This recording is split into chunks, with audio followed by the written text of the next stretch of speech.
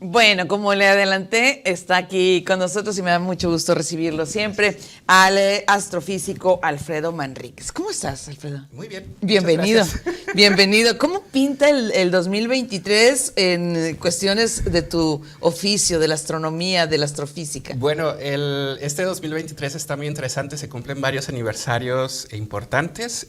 Comentábamos ahora fuera del aire que se cumple el centenario de un eclipse total de sol que pasó por aquí por Sonora hace 100 años. En 1923. Así es. Sí. Y además se cumplen también el centenario de la invención del planetario.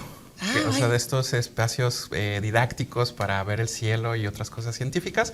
Entonces, se cumplen algunos eventos importantes durante esta temporada.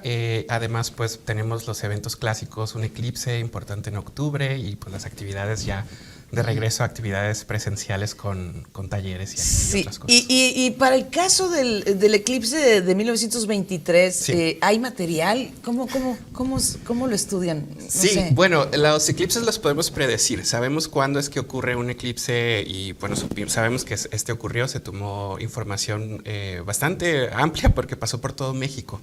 El eclipse, la sombra total del eclipse pasó desde el norte, entró por Sonora, prácticamente recorrió todo el territorio mexicano y salió allá por la península de Yucatán. Entonces, hay mucha información en el centro del país respecto a este fenómeno. Los grandes centros culturales, Guadalajara, la Ciudad de México, tenían registro de observaciones de este evento, pero pasó por aquí por Sonora.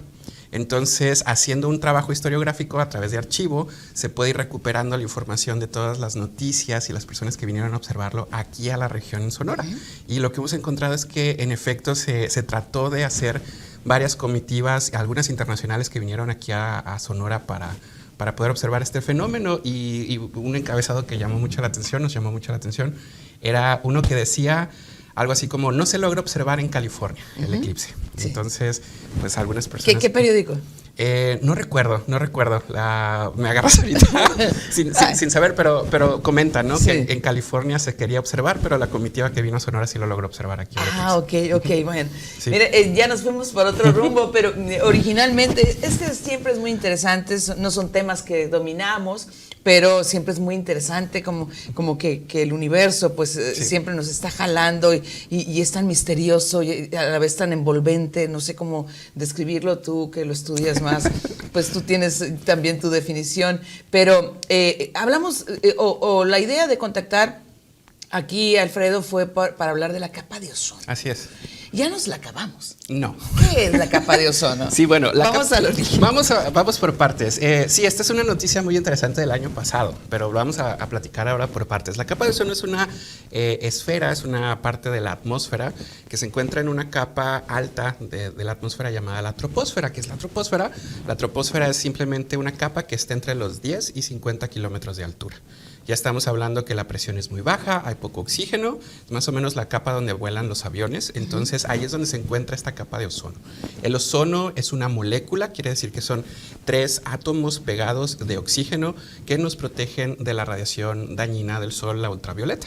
El sol lanza mucha radiación al espacio, entonces en particular la radiación ultravioleta, la capacidad que tiene es de romper moléculas orgánicas de lo que estamos compuestos los seres vivos, entonces es muy dañina. Puede producir cáncer de piel, por ejemplo, al romper las cadenas del ADN de las células. Entonces esto produce ciertos efectos en los seres vivos que pues son nocivos. La capa de ozono se construyó, se hizo cuando las plantas, en particular las algas en el mar, hace muchos millones de años, empezaron a producir oxígeno. Entonces la tierra, la superficie, estaba completamente deshabitada. Este oxígeno, cuando llegaba la radiación ultravioleta que separaba las moléculas de oxígeno, se volvían a recombinar en grupos de 3, generando esta capa de oxígeno. Entonces es como un ciclo simbiótico ahí donde sin vida no tenemos ozono, pero sin ozono tampoco podemos tener vida en la superficie de la Tierra. Entonces en la década de los 70s, varias personas que hacían investigación en Antártica, Antártica, se dieron cuenta que la capa de ozono se estaba reduciendo en esa zona. Y un premio Nobel mexicano, de hecho, Mario Mendoza, aquí traigo apuntado, si me permites el nombre. Mario Molina, perdón. Molina, sí. De aquí de Sonora, ¿no? Sí, que falleció hace poco. Sí, la Universidad de Sonora le dio un reconocimiento. Sí, bueno, Mario Molina ganó el premio Nobel de Química justamente por el descubrimiento de que la capa de ozono se estaba reduciendo por efecto de unos gases, de unos productos que se llaman clorofluorocarbonos, los CFCs que se llaman. Esto ocurrió más o menos en los 70s, alrededor de 1974. A él le dan el premio Nobel en 1995, alrededor de 20 años después. Esto es común en los premios Nobel. Pero lo interesante de todo esto es que el proceso mediante el cual se fue descubriendo que la capa de ozono se estaba reduciendo, que fueron primero estos trabajos en los 70s, se hizo el anuncio a la comunidad internacional que los clorofluorocarbonos estaban afectando a la capa de ozono, y en la década de los 80s se confirma el descubrimiento de Molina, que decía que los clorofluorocarbonos afectaban muchísimo la capa de ozono.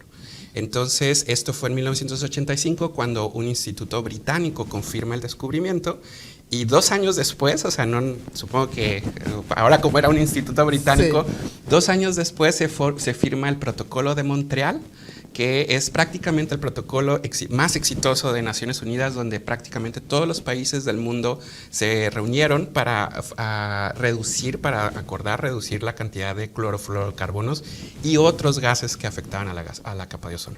Y se logró. Entonces, el reporte de Naciones Unidas, que es un reporte muy interesante, es que el año pasado, en 2022, haciendo mediciones y haciendo monitoreo de la capa de ozono, se logró ver que ya se recuperó, se está recuperando. Y en unos próximos, ¿qué serán? Para el 2060 se estima que ya completamente esté recuperada. ¿Habrá influido en algo la pandemia? ¿El encierro? Sí, de hecho es muy interesante porque me puse a revisar la información que había del Observatorio Climático de NASA. NASA, al ser una institución pública, tiene todos los datos disponibles a la gente. Y me puse a revisar las gráficas que tenían, y es muy interesante porque se ve una reducción muy grande, se ve así un piquito hacia abajo de los clorofluorocarbonos, que es una medida que se puede tener como para ver el impacto, pero también se tienen unas gráficas del nivel de ozono.